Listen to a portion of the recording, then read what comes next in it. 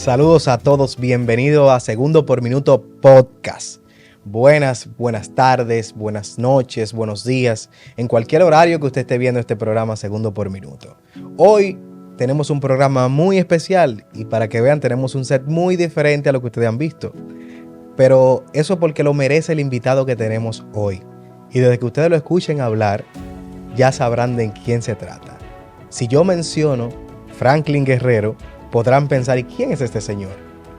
Pero si yo digo que es el de la fotocrónica de Nuria, van a identificarlo inmediatamente. Para mí, es un valor intrínseco de la sociedad dominicana. Don Franklin Guerrero, bienvenido a Segundo por Minuto. Muchas gracias, Gregorio, por la introducción, como dicen los políticos, inmerecida, no sube que a eso, pero se te agradece porque el sacrificio de tanto tiempo y la responsabilidad de acompañar a quien ha sido en los últimos 17 años mi refugio para yo poder decir, solamente por ahí pudiese decir y enseñar lo que yo trabajo con ella, que es la fotocrónica. En ningún otro lugar yo tendría espacio. Ella me ha cobijado bajo la sombrilla de su trabajo durante tantos años por la sociedad y se lo agradezco eternamente. Muchas gracias, Gregorio. No, gracias a usted por permitirnos tenerlo aquí. Y de inmediato le pregunto, ¿quién es Franklin Guerrero? ¿Cómo comenzó esa inquietud por el periodismo? Pero antes de decirle que ese señor es odontólogo, ¿quién es Franklin Guerrero y por qué la odontología antes de entrar al periodismo? Bueno, yo soy osamero. Yo nací en San Miguel, en la calle Francisco Cerón, número 14, en el mismo sector de San Miguel, la zona colonial.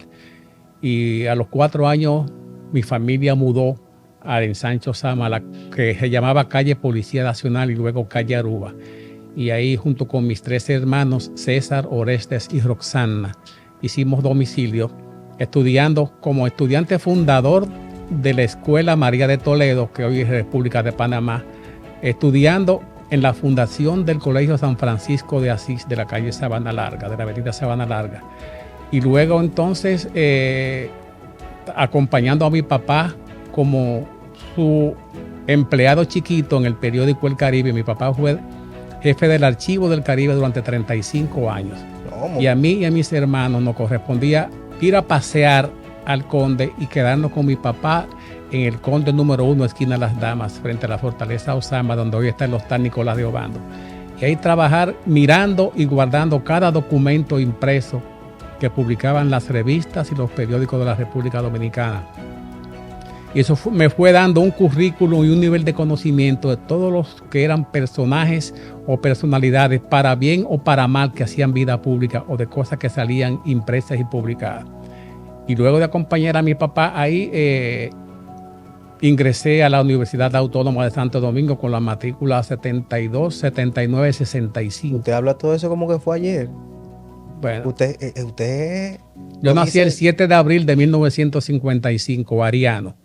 Entonces ingresé a la escuela de odontología, posterior a una ruta muy traviesa, porque yo pensé que la universidad era el refugio donde se hacía la revolución. Entonces, esos sentimientos de ver a los dirigentes de izquierda de la República Dominicana me impregnó y me hizo acercarme a ese tipo de pensamiento. Y en la universidad hice 3 semestres de colegio universitario, cuando son 2. En uno me quemé completo. Uy. Porque no había jornada de lucha universitaria en la cual yo no estuviese participando. Y ya cuando agoté un semestre que me quemé, que me mandaron a orientación profesional, yo hice una retrospectiva de mi personalidad y de mi compromiso con mi familia y mi país y decidí estudiar. Cuando llegó el momento de decidir por qué carrera me iba, fui a registro universitario, miré la proyección de las carreras en un mural, dije esta no. Y cuando llegué a mirar la odontología, sin que ninguno de mis familiares o amigos cercanos fuesen odontólogos, me fui a odontología. Odontología hice la carrera en 7 semestres. Pero es un tiempo récord, don Franklin. Sí, hice la carrera en 7 semestres porque me entregué por completo.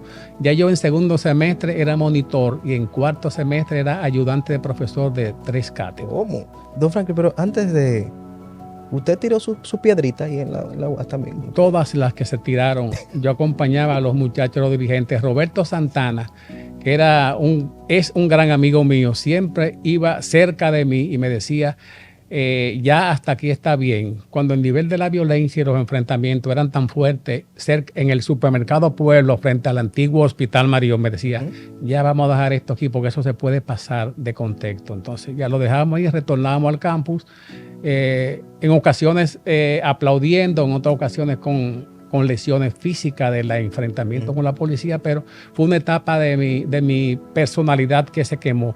Porque si no lo hubiese hecho en ese momento, hubiese sido un adulto con muchas lagunas de identidad y valoración mía y de la misma sociedad. Hice mi carrera, ejercí durante 42 años la odontología aquí en la capital de la República Dominicana y luego entonces pasé a acompañar a Nuria Piera durante 17 años, donde todavía estoy a la fecha, con Juan Alfonseca como mi guía, mi orientador y mi corrector de libreto. Pero en esa parte entonces, usted hizo todo ese tiempo de ejerciendo la odontología, pero ¿cómo entra esa parte entonces del periodismo?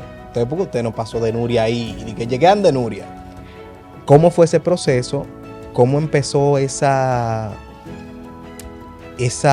hambre de querer decir las cosas en el periodismo? Porque no todo el mundo se arriesga todavía como usted lo hace, o se hacía en ese entonces también.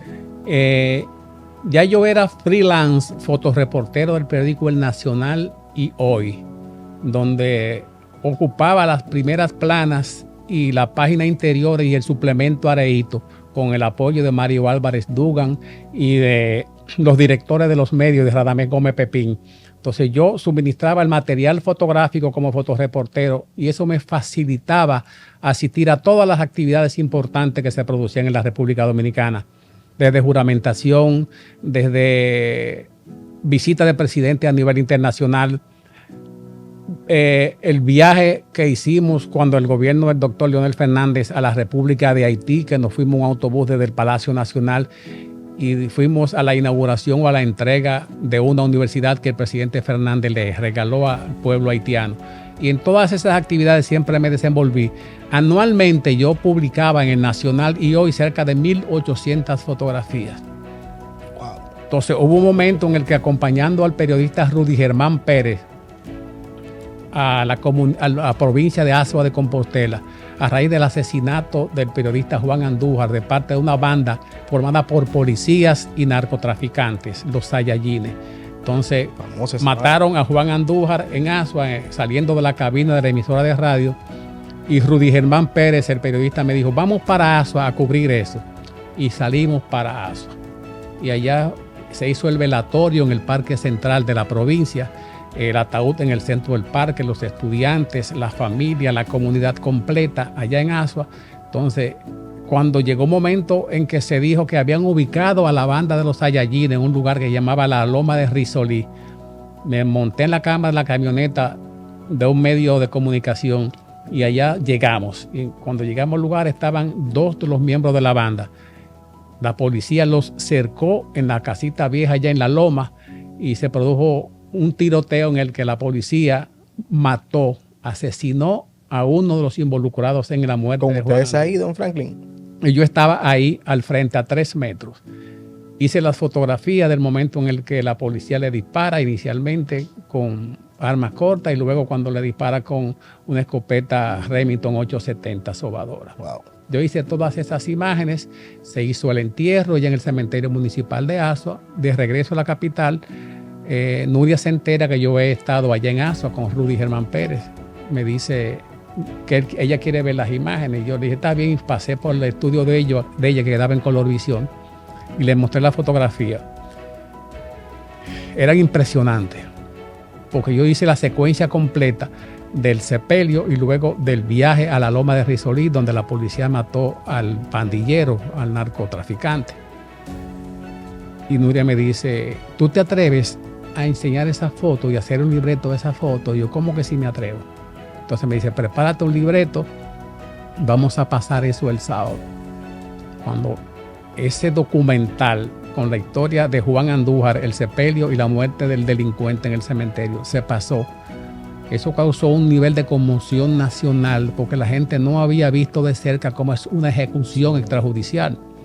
Mi familia se preocupó mucho, inclusive un familiar muy cercano me dijo que si ese material llegaba a la Comisión Interamericana de Derechos Humanos, a la República Dominicana y a la policía le iban a llegar sanciones muy difíciles de manejar. Y bueno, yo hice el trabajo que me correspondía como comunicador y tuve la suerte de contar con la solidaridad y el apoyo de Nuria para pasarlo y se pasó. ¿Y usted no tuvo temor, no tuvieron que ponerle protección después de eso? Porque la policía, lamentablemente en nuestro país, sabemos que tienen algunas prácticas no muy buenas. ¿No se sintió en peligro su familia, todo eso en esos días después de la publicación? Porque antes no, porque es después que se publique que siempre toman... Sí, hubo mucho miedo de mis hermanos principalmente y de mi madre principalmente, que me dijo, ¿cómo te pusiste a eso? Y le dije, y lo posible, dije a mi mamá, que en paz la tenga el Señor, que tenía la intención de pasar a trabajar con Nuria para cosas que fueran de mucha importancia. Me dijo, si pasas a trabajar con Nuria, yo me voy a morir. Porque entre tú y ella tienen la capacidad de comunicación y de tratar los temas con crudeza y con realidad. Por favor, te lo pido, mientras yo esté viva, no te metas a trabajar con Nuria. Yo dije, está bien, mami, la voy a complacer. Y así fue. Pero cuando entonces vino el trabajo, pasé a trabajar en comunicaciones de la DNCD, que me ingresó el periodista Buenaventura Bueno Torres y el comandante de la DNCD era Iván Peña Castillo.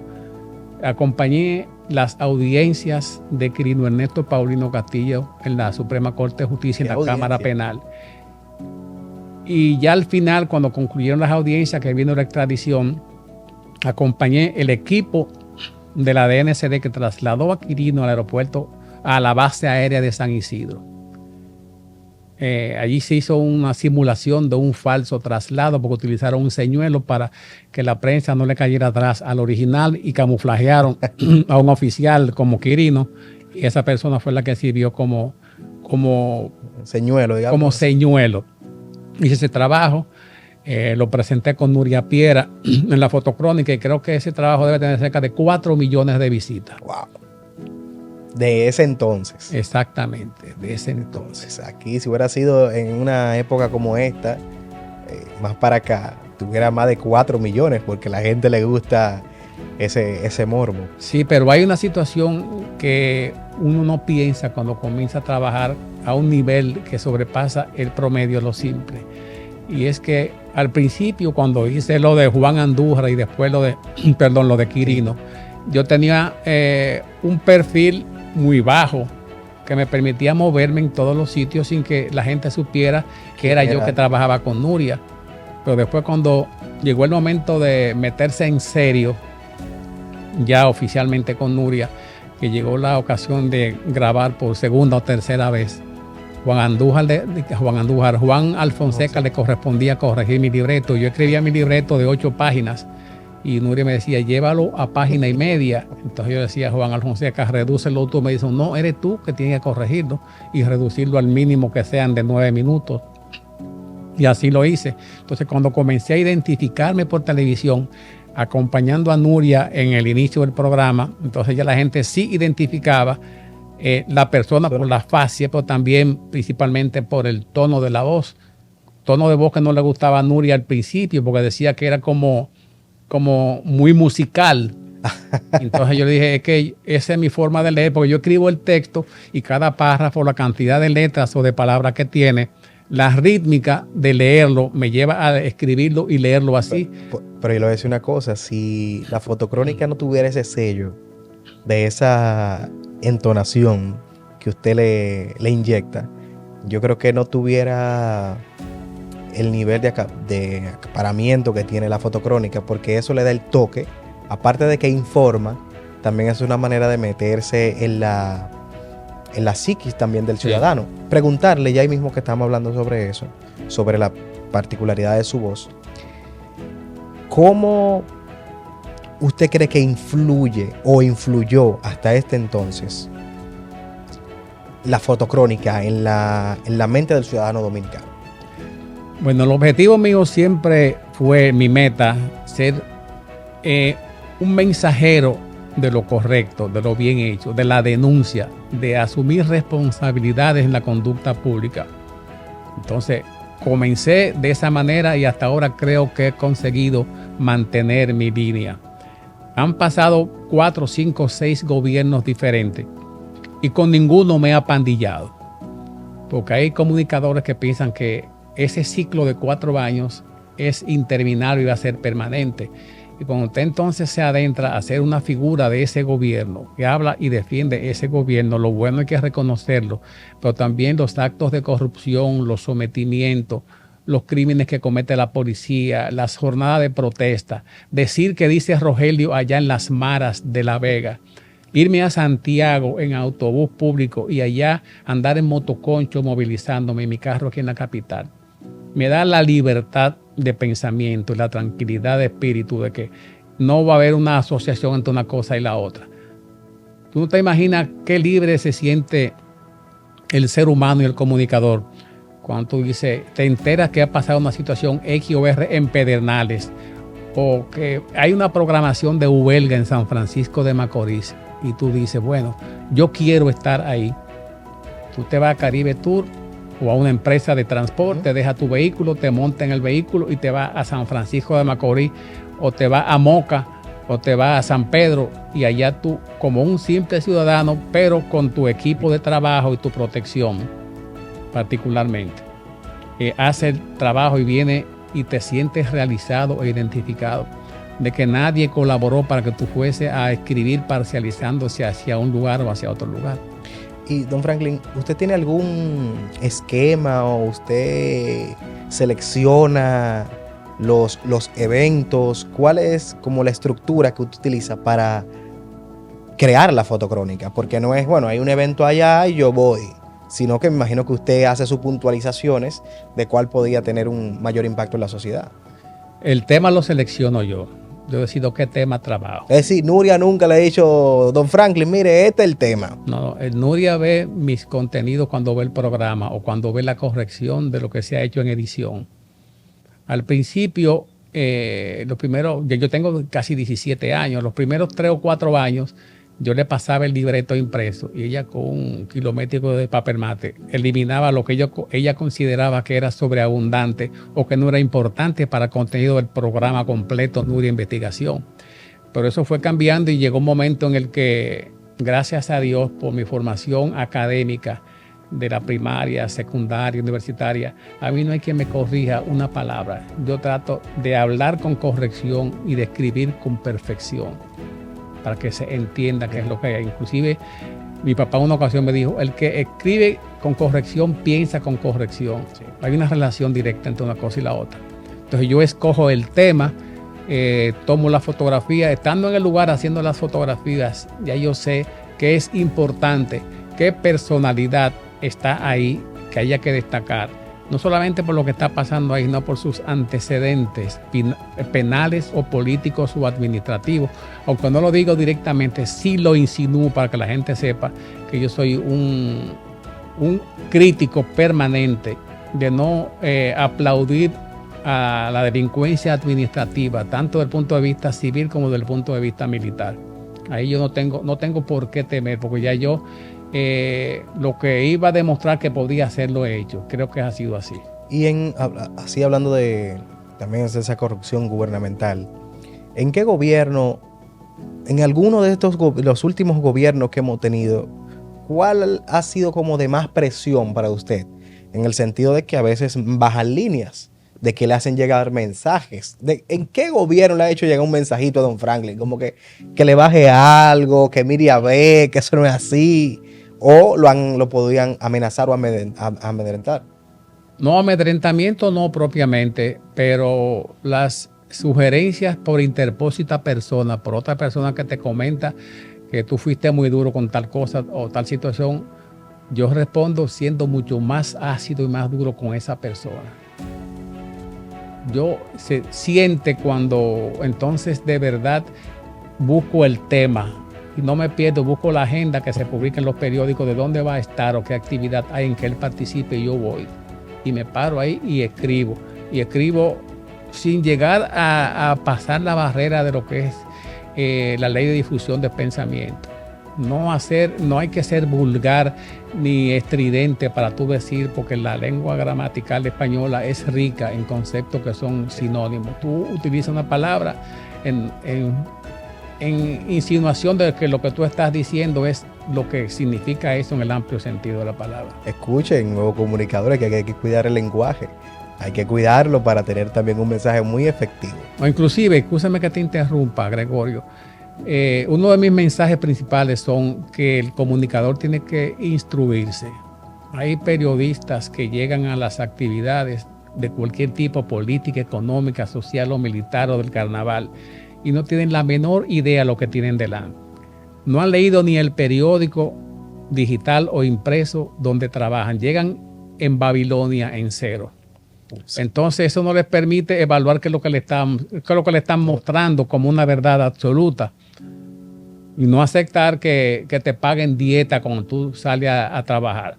Si tú no tienes con qué cubrirlo o no lo cubre tu medio, no aceptes esa cortesía que lo que está envenenada para manejar, que tú no te atrevas a decir lo que tú piensas. Eso es así. Don Franklin, ¿tiene alguna imagen de la fotocrónica o de cualquier evento en su trayectoria que no se le ha salido de la cabeza, para bien o para mal? Que usted recuerde como que si fue ayer que pasó. Principalmente los eventos que tienen una característica de violencia de las autoridades. El sepelio y el velatorio de los pastores en Villa Altagracia, hace apenas 3 años. Crimen que se quiso tapar argumentando situaciones de que era que estaban buscando una pasola o un carro Sonata blanco que venía del Cibao. Aquello fue el colmo de la autoridad policial tratando de que se ocultara aquello para tapar al oficial de policía que estaba en Villa Altagracia, que ya tenía antecedentes de un comportamiento anormal cuando estuvo en DNCD. El velatorio de esa pareja de esposos y luego el sepelio constituyeron una situación que prácticamente es permanente cuando me entero de cosas parecidas. Y por suerte ya le cantaron 20 años a los que participaron en aquello. Y recuerdo que cuando fui a Villa Altagracia a estar cerca de la escena donde sucedió el evento y pasé por el destacamento, vi el vehículo de la policía con disparos en el cristal trasero. Le pregunté a una señora que estaba próximo que por qué ese vehículo estaba tiroteado por detrás. Me dice, que los policías, después que mataron a los pastores, le dispararon a la camioneta y dijeron que eran los pastores que le habían disparado primero a la camioneta. Sí, eso fue la cosa que dijeron. O sea, la capacidad de ocultamiento de la autoridad ha sido terrible. Y en los últimos meses, el caso terrible de San Cristóbal. Sí. Todo el mundo escuchó una explosión que hizo temblar 2 o 3 kilómetros alrededor. Que no han dado respuesta total sobre eso. El presidente nombró una comisión formada por oficiales del J2. Se comprometieron a resolver eso y eso va a ser una espina durante muchos años. Inclusive en estos días que se conmemoró la independencia, la constitución de San Cristóbal, los familiares de 38 personas, algunas que se evaporaron bajo la incandescencia del calor y el fuego, tal como sucedió en la Torre Gemela, sí, que el calor consume el tejido orgánico. Entonces los familiares se le desaparecieron la gente desde ese día, 5 o 6, y todavía quedan despojos de seres humanos en INASIF, que no hay forma de identificar el ADN de qué familiar le corresponde, y la familia se niega a recibir aquello porque también hay un problema de índole legal, sí, que es el concepto desaparecido, para tú hacer convencer al estamento judicial del país que está desaparecido, no perdido, que son cosas diferentes. Entonces, que estuviese cerca de ahí y se evaporara con la explosión y con el incendio, quedando prisionero del concreto y del incendio, es un asunto que le hace la vida imposible a cualquier familiar, más cuando son 1 y 2 miembros que estaban ahí. Eso va a permanecer muchos años en la conciencia social de la República Dominicana. si no tiene una conclusión que brinde la satisfacción de que se ha hecho la verdad. Y máximo cuando el Cuerpo de Bomberos de San Cristóbal es que ha tenido la delegación de la ley para ser quien rinde el informe de lo que pasó. Y ojalá lo tenga, la sociedad lo tenga, porque el presidente en la semanal en estos días dijo que cuando algo se investiga en este gobierno se resuelve o se sale a la luz la verdad. Ojalá y eso también pueda salir en su totalidad, independientemente de quién sea el responsable o los responsables. Esa es la obligación del gobierno, porque cuando se juramentó en el Congreso, dijeron y se comprometían levantando la mano de cumplir y hacer cumplir la ley. No es un favor que se le está pidiendo ni a este ni a ninguno, sino que cumpla con lo que se juramentaron. Eso es así. Don Franklin, en esta su trayectoria de odontólogo, de periodista, de estar en la calle siempre, ¿qué ha tenido usted que sacrificar para llegar hasta donde ha llegado? Porque hay sacrificios con la familia. ¿Cómo? Pues yo lo veo, se levanta temprano. ¿Cómo ha sido ese sacrificio de poder brindar el tiempo a los hijos, a la esposa? ¿Cómo distribuía ese tiempo usted? Se sustrae tiempo de la familia. Tiempo que con otro tipo de trabajo se le debe dedicar a la familia, se sustrae.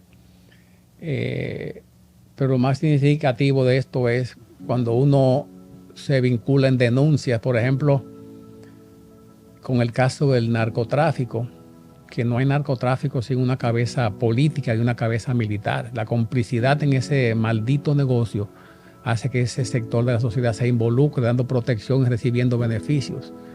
A raíz hace 7 u 8 años de una audiencia de medida de coerción a Julio César Jiménez Peralta, que le llamaban el gringo de Capotillo.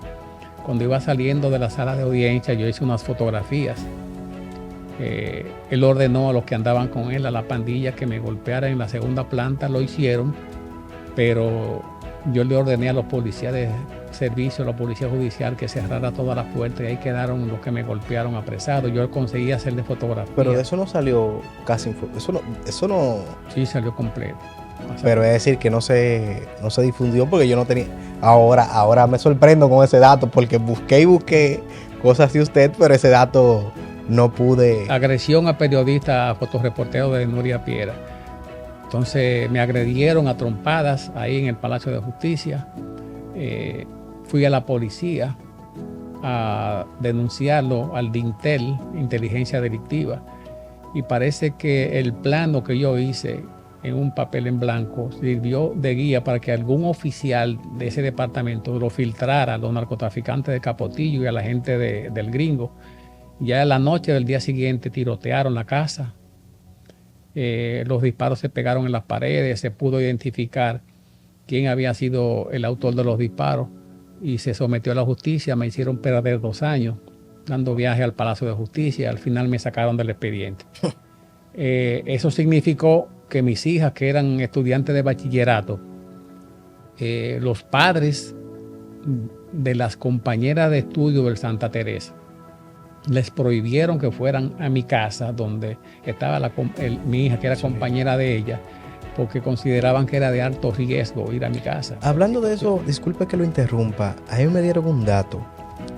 Es cierto que en su momento también lo persiguieron y que usted tuvo que entrar al Colegio San Francisco de Asís de carrera, escapándose de alguien que lo seguía. No fue de esa manera.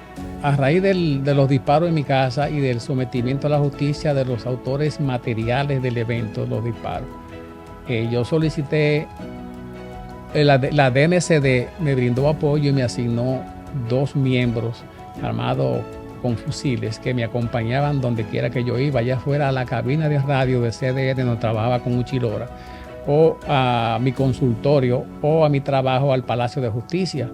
Entonces yo tenía una escolta asignada de 2 miembros de la DNCD.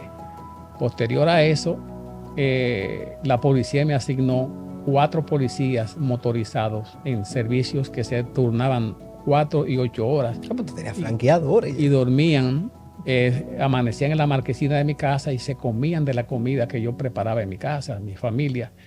Pero llegó un momento en que un oficial de la policía me dijo: consíguete el teléfono de los policías que te están cuidando. yo le pasé los números de los 4 celulares. Al otro día me dijo, quiero hablar contigo. Y dije, dígame, fue a CDN, después que yo acabé el programa, y me dijo, despáchalo, porque de los teléfonos de ellos le están pasando la información a los narcotraficantes del Capotillo a la hora que tú entras y a la hora que tú sales. Increíble. Inclusive un oficial general de la policía me prestó sus 2 policías que eran su seguridad asignada por la institución. Yo andaba con uno sentado en el asiento de al lado y andaba otro un saltamonte. Y sí, en 3 ocasiones, cruzando de CDN, pasando por el puente Juan Pablo Duarte y tomando las Américas o la Sabana Larga, sí hubo persecución. Sí, personas en vehículos y en motores seguían detrás de mi vehículo y hubo que enfrentarlos como mandaba el nivel de la agresión. Entonces ya así de ahí la policía que andaba conmigo respondía y llegamos 4, 5, 6, 10 cuadras internándonos en la San Vicente o en Alma Rosa, pero ya eso pasaba de eso, de mi familia excepcionalmente se enteraba porque no quería causar mayor intranquilidad, pero sí se produjeron intentos de agresiones con ese grupo del narcotráfico del ensanche Capotillo. Si usted tuviera que tomar, don Franklin, talentos de periodistas para crear un solo periodista, ¿de cuáles periodistas usted tomaría esos talentos para crear un solo? Y mencióneme nombres de todos los periodistas que usted tomaría ese talento para formar uno. Bienvenido Álvarez Vega. ¿Qué tomaría de Bienvenido? Su rigidez y su firmeza cuando toma los temas que va a manejar el periódico Hoy principalmente. Luis Eduardo Lora, Uchi, con también la honestidad que le ha caracterizado. De Diana Lora, la capacidad y la preparación académica que tiene. Yulisa Céspedes, que trabaja en CDN. Genial. Con esa tonalidad, don Franklin, que ella transmite, cualquiera pudiera pensar que no le está haciendo la pregunta totalmente directa que te puede llevar al hoyo de la muerte. Así es. Y Altagracia Salazar por la firmeza en que cree lo que dice. Puede estar equivocada en algún caso, pero Altagracia Salazar es un ejemplo de firmeza y de decencia aquí en la República Dominicana.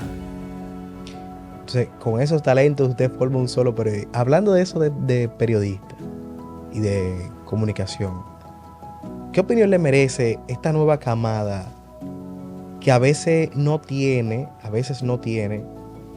el valor que ustedes, la generación pasada del periodismo, que todavía están actualmente, tenía el valor de denunciar, que ahora como que siento como que falta ese impulso de arriesgarse, de denunciar, a no tener miedo? Es el nivel de compromiso económico que tienen con los diferentes sectores, no solamente con el sector político y militar, sino con el sector empresarial. Se han convertido en voceros en el eco de posiciones que no siempre están del lado de la sociedad y de la comunidad. Por ejemplo, con ese caso de la medida gubernamental del cierre de la frontera, la cantidad de pequeñas empresas, de gente que tenía su negocito en su casa o una camioneta donde llevaba comestibles o vegetales a la frontera, que todo eso se ha echado a perder, la economía familiar se perdió. Los comunicadores no que estén en Dajabón o en Montecristi o en Hondo Valle o en Pedernales, que digan lo que está pasando, cómo se ha disminuido la economía formal e informal en esa zona, como respuesta negativa a la medida del cierre fronterizo. El presidente ha explicado el por qué lo hizo. Ha dicho ya en estos días que la permanencia de la medida del examen biométrico de las personas va a continuar. Eso es muy bueno, pero ya los que iban a entrar, entraron. Sí. Los que pagaron por entrar, pagaron. Y este dinero ha pasado a ser parte del patrimonio económico de muchos sectores, inclusive de sectores de ONG que son los que apadrinan la situación de la presencia de esa masa de inmigrantes en la República Dominicana.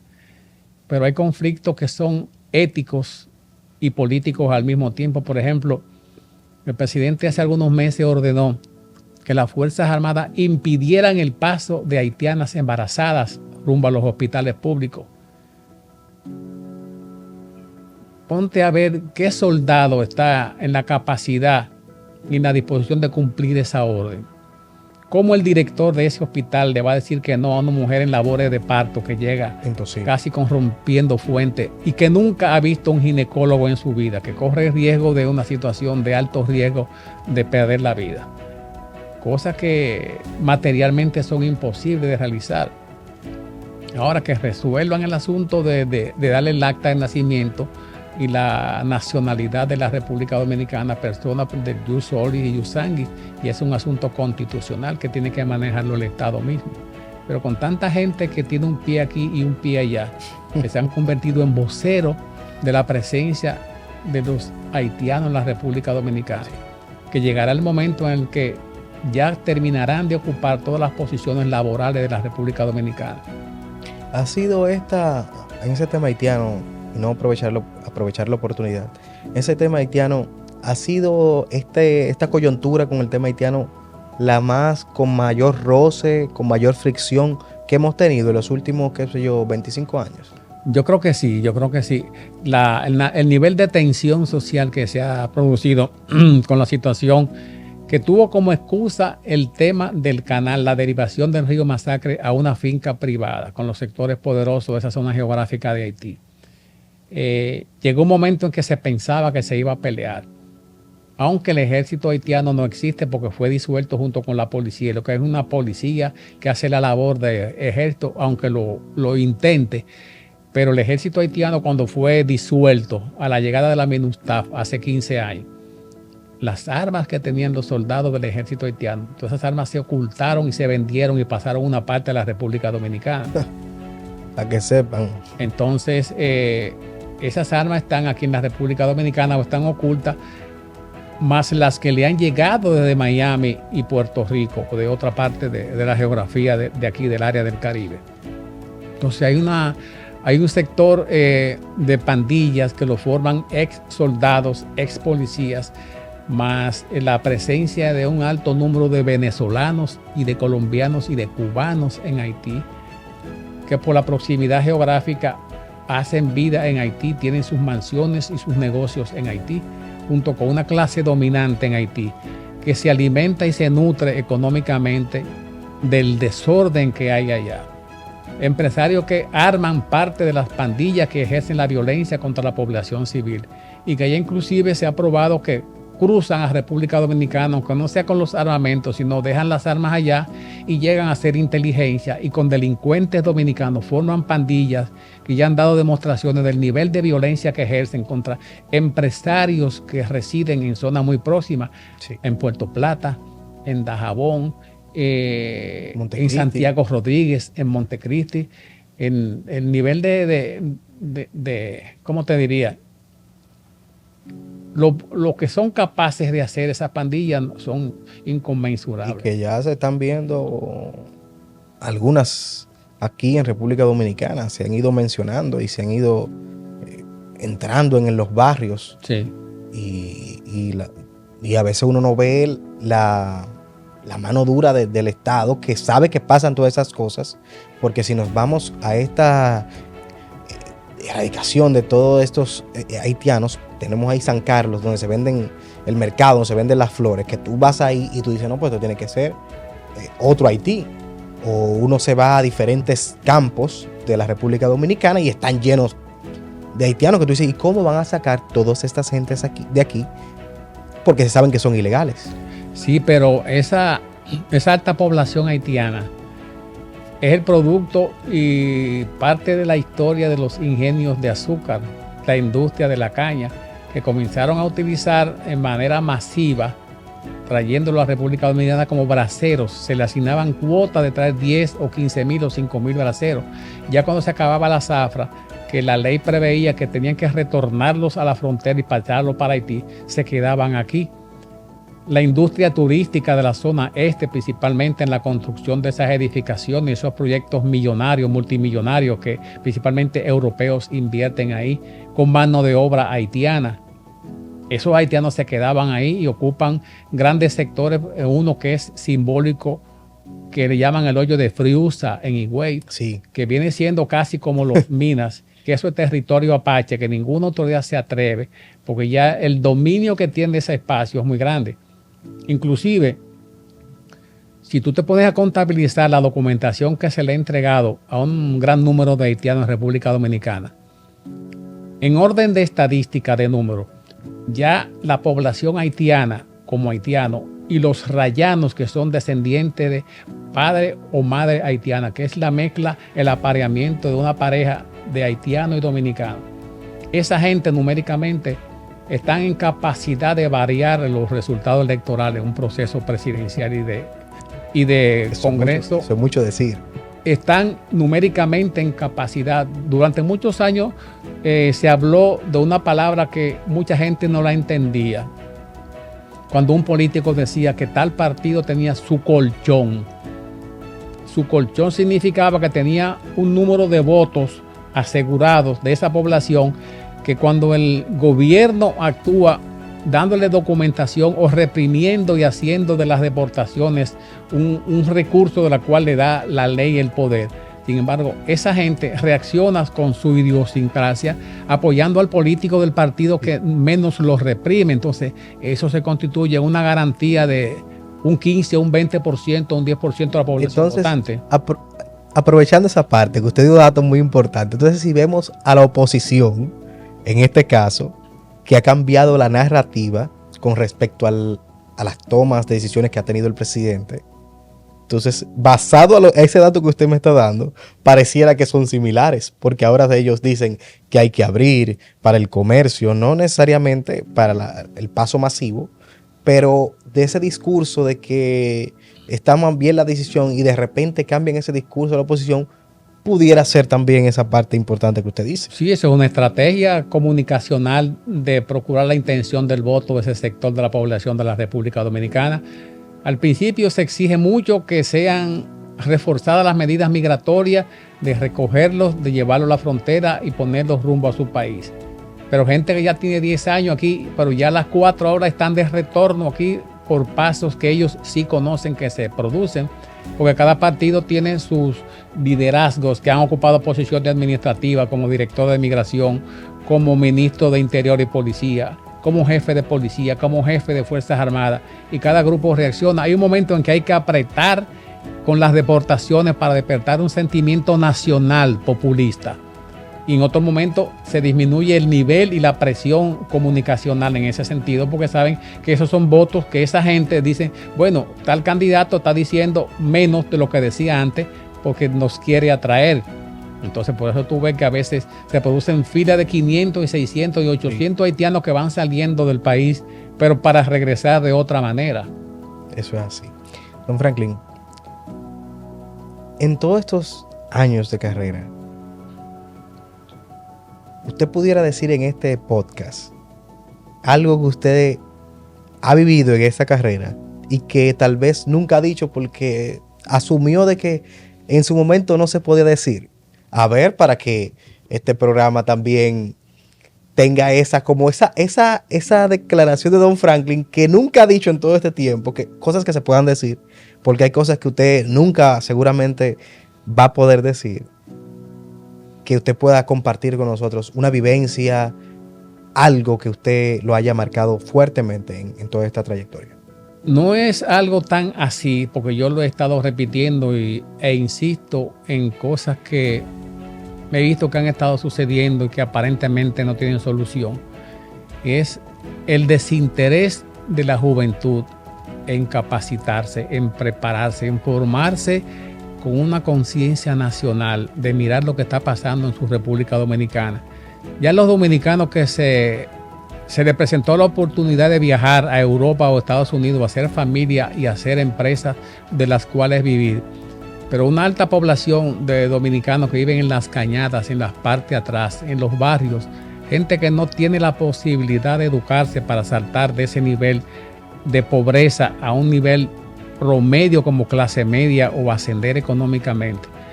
Gente que se va a quedar siendo pobre toda la vida.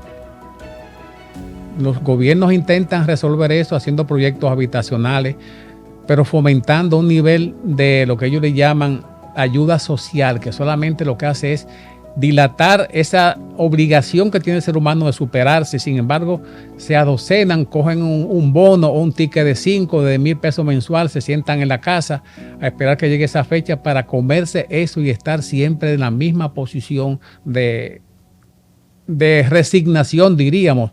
Tú pasas por los barrios y ves la cantidad de bancas que hay en cada esquina y de centros cerveceros, y cómo se llenan de gente que lo que se ganan en la semana lo gastan en alcohol o en prostitución, hasta dejando de suministrar lo que su familia necesita para vivir. Entonces, el país no va bien. Eso es como prolongar la pobreza, extenderla muchísimo más. Yo tenía una invitada hace unas cuantas semanas, trabaja en el plan social, en Supérate. Le preguntaba eso mismo sobre las ayudas, porque antes se criticaba esto en la anterior gestión, de que había mucha ayuda, pero que eso era eso mismo, prolongar la pobreza. Pero esta gestión también ha aumentado también los programas. Entonces yo le hacía esa pregunta y lo que me decía que lo importante era ayudar. Y yo, pero también al mismo tiempo que ayudan, desayudan a la sociedad dominicana. O imagínate si al inicio del periodo gubernamental de 4 años del presidente Abinader, del mismo palacio, una oficina que dirige Peñaguaba, se apoyó un plan de trabajo en el cual creo que fueron 100 millones de pesos que se distribuyeron entre artistas para conciertos. Prácticamente un regalo de los fondos públicos. Wow, el rubor y el pudor de la sociedad no bastó, porque eso se quedó vacío. ¿Cómo usted va a regalar lo que no es suyo? Ellos lo justificaron diciendo que iban a haber conciertos en diferentes partes de la República Dominicana, pero dinero entregado a gente que produce mucho dinero semanalmente por su honrado trabajo de director de orquesta o cantante. Entonces el ejemplo no es bueno. Sembrar el ejemplo de esa manera no es correcto. Don Franklin, yo me voy a atrever al atrevimiento de preguntarle, por la confianza, ¿cómo le ha cambiado la vida a usted luego de los procesos de salud suyo? ¿Cómo ha visto usted la vida de esa perspectiva? ¿Cómo valora más la familia? ¿Cómo valora más su entorno? Porque yo en particular, porque lo conozco y lo digo en cámara, yo siento que ha sido un Franklin totalmente distinto después de. Bueno, mira, desde que yo tuve uso de razón y comencé a trabajar con mi papá en el periódico El Caribe, y luego a desempeñar diferentes actividades de aprendizaje y de producción de recursos económicos, siempre me tracé mis metas. Mis metas siempre fueron mi profesión, ser diferente a la mayoría, no pensar que iba a ser superior, sino diferente con mis propias características, de saber qué puedo hacer y qué no puedo hacer. Te dije mi profesión, mi oficina, mi consultorio, mi ejercicio profesional, siendo honesto con mis pacientes, no viendo en cada paciente un botín de cómo resolver un problema personal, que el paciente no tenía ningún tipo de incidencia en lo que pasaba o lo que no pasaba. Y la formación profesional de mi familia, la protección de mi familia.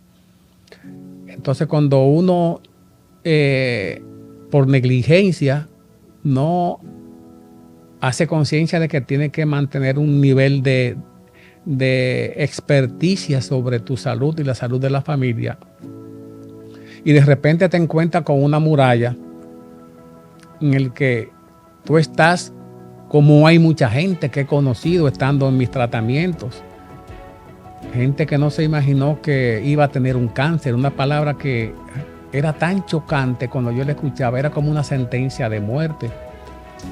Un alto nivel de la población padeciendo eso, y tú entras a los hospitales y entras a las clínicas privadas y ves la gente que se deteriora porque quizás no le alcanzan los recursos. El gobierno ha invertido mucho dinero en el plan de apoyo a las enfermedades catastróficas, el Ministerio de Salud Pública, pero no es suficiente, nunca será suficiente. Con lo que invierte cada paciente de sus reservas y sus ahorros particulares, como esa enfermedad se lleva a la familia completa y los ahorros y los préstamos y la casa y todo queda en cero, tratando de luchar. Si esa ruta se hace acompañado de la fe y la creencia en Dios, las cosas resultan mucho más fáciles. Lógicamente, cuando física y neurológicamente tú sabes y sientes que no es igual que antes, entonces los tiempos de internamiento, los tiempos de descanso en la casa, los tiempos con la familia, uno los mira de otra manera. Muchas veces se pregunta, ¿y por qué antes del problema de salud yo no decidí ser diferente antes, cuando no había el temor a la ausencia? Sin embargo, todas esas cosas arropan el pensamiento del ser humano o del paciente, pensando en que cada día tiene que ser mejor, en apoyar dentro de todo lo que te resulte posible la solidaridad económica con gente que no tienen de dónde agarrarse. Sentarte a hablar y a escuchar a ese paciente, a ese amigo que tú tienes, un nuevo amigo compartiendo. Por ejemplo, en estos días yo viajaba allá donde el padre Rogelio tiene la fundación en Las Maras y me encontré con una persona que yo no me imaginé que era la persona que yo conocía hace 15 años. Y se acercó a mí y me dijo, iba pasando por ahí y me detuve a saludarte. Digo yo, ¿quién es usted? Me dice, fulano de tal. Y yo, oh, ¿cuántos años que no te veía? Y me dice, sí. Me dijo, yo supe que tú tenías problemas de salud. Y digo, sí, estamos superándolo con la gracia de Dios y la ciencia. Me dijo, yo también, cuando nos conocimos hace 15 años, tenía un problema parecido al tuyo. Sin embargo, mira, estoy aquí al lado de ti. Le dije, tenemos que convertirnos en mensajeros de la tranquilidad y de que somos un milagro de Dios cuando se relaciona la fe con la ciencia. Y pregonar eso y no sentir vergüenza de decirlo. No que se convierta en una excusa para tú conseguir una solidaridad artificial, sino hablar con franqueza, participar en los grupos de oración, participar más tiempo en la iglesia, participar más tiempo con gente que necesita escuchar y tener un consuelo o un apoyo o una motivación de que vale la pena continuar luchando hasta el último día. Si usted tuviera que definir a su familia en una sola palabra, ¿cuál sería? Son buenos. Son buenos. ¿Y los nietos, cómo lo tratan? ¿Cómo es su vida de abuelo? Porque yo imagino esa mojiganga. Bueno, los nietos forman parte de un momento en el cual uno pensaba, pero no que iba a ser o podía ser tan significativo. Y los nietos son el aderezo de la vida ya cuando uno entra a la adultez o como adulto mayor. Luchar por ellos también. ¿Qué usted le diría a su bastón, que es su esposa, a su guerrera? ¿Qué usted le diría en este podcast que usted nunca le ha dicho? Yo sí le he dicho muchas veces que muchas gracias, porque en esos momentos en el que el dolor físico te acerca a entender de que no depende de ti que se quite el dolor o no con una pomada, con una pastilla, una cosa, sino estar pendiente a cuando hace falta tener a alguien cerca que haga que tú te des cuenta de que no estás solo, que caminas acompañado. Así es. Muchas gracias. La sociedad debe apostar entonces, don Franklin, a la familia, que hemos desvirtuado eso. Lo que pasa es que esta es una sociedad diferente a las que nosotros conocimos hace 30 o 40 años. El trabajo y los compromisos y el no tener una gran parte de la población tiempo ni formación para educar a los hijos. Porque mucha gente critica a estos muchachos que andan por ahí metidos en locuras y dicen, no, es un problema de la familia. ¿Pero de cuál familia? De la familia formada por un padre y una madre en el cual siempre había uno en la casa. Y ahora tienen que salir los dos a producir recursos. ¿Con qué tiempo se siente el papá o la mamá a corregir una tarea? Si el muchacho tiene un teléfono en la mano y lo que busca es distraerse para creer que el tiempo de la diversión es más importante que el tiempo del aprendizaje. No tiene ejemplos sociales tampoco. A la gente que ve por televisión hablando y haciendo ostentación de recursos económicos y de poder. Es una pena y además el arte como penetra en la vida de los muchachos, los mensajes de prostitución, de riquezas malavidas, justificando locura de asesinatos. Solamente le interesa tener recursos económicos y vivir enrotándole esto, que los carros, que fulano tiró 3 temas y ya produjo 15 millones de pesos. Y entonces como piensan ellos de allá para acá, de que mira qué pendejo, se puso viejo trabajando para tener una casa que va a deber muchos años. El gustazo que da tener un recurso donde nadie te va a desalojar ni te va a sacar, porque tú hiciste el esfuerzo de dejar de comprar cosas que solamente eran ostentación miserable de recursos económicos para darle a la familia la seguridad de que van a tener un techo y una educación que te va a permitir hablar y vivir donde quiera. Si volvieran a ser usted, ya en la parte final de este podcast, segundo por minuto, aproveche, suscríbase al canal, denle la campanita, comparte esta interesante entrevista que tenemos con don Franklin Guerrero. Si tuviera que nacer, ¿tomaría la misma vía con todo en conglomerado o sacaría algunas cosas? No, yo creo que hay un complemento en la existencia en el cual ya uno va madurando y sabe que hay cosas que, aunque fueron tentaciones o situaciones que contaminaron lo mismo que uno ha estado haciendo, pero sí, yo elegiría ser lo mismo que he sido hasta ahora. Sí. ¿Cómo usted le gustaría ser recordado en la sociedad dominicana? Vamos a dejar que llegue ese momento. Muchísimas gracias, don Franklin, por darnos este privilegio de compartir con nosotros en Segundo por Minuto. A los fans de Mainovi y de los chicos de Joselo, de Atrevido, para el próximo podcast que podamos tener un entrevistado tan importante como el que hemos tenido hoy, lo van a tener. Así que suscríbase al canal, síganos en todas las redes sociales, Segundo por Minuto, en Facebook, en Twitter, en YouTube, en Instagram, en TikTok, en todos lados estamos Segundo por Minuto. Don Franklin, muchísimas gracias. Y como decimos en el programa, para volver tenemos que irnos. Muchas gracias a ti y creo que el mensaje que hemos tratado de que le llegue a la sociedad va a llegar, porque lo que tenemos experiencia en situaciones muy particulares tenemos que pregonarlo y decir de que vale la pena seguir luchando por nuestro país. En algún momento saldremos. Eso es así.